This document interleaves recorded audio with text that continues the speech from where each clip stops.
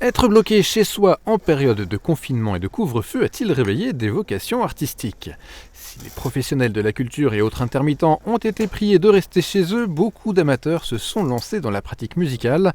Un constat qu'a pu faire le magasin sarregueminois La Boîte à Musique depuis le début de la pandémie. On a vu beaucoup de nouveaux clients venir au magasin, qui se sont embêtés un petit peu pendant le premier confinement.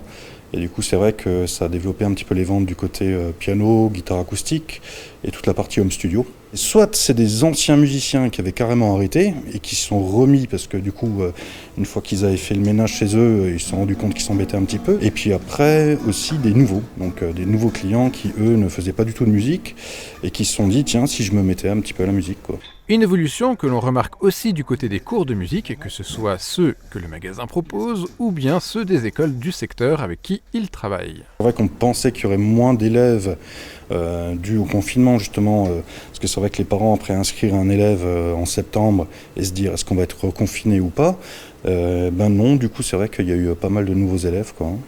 Néanmoins, la vente de certains instruments est aujourd'hui parfois compliquée. Pas par désintérêt des clients, non, pour des raisons de difficulté d'approvisionnement. Tout ce qui est piano numérique et tout ce qui est carte son, tout ce qui est home studio en fait, tout ce qui touche au home studio. On va dire qu'il ne faut pas être centré sur un modèle, quoi. Parce que malheureusement, c'est vrai qu'il y a beaucoup de marques qui sont en pénurie actuellement, ils n'arrivent pas à fournir tout le monde. Parce que dû au Covid, donc forcément les usines ont été arrêtées.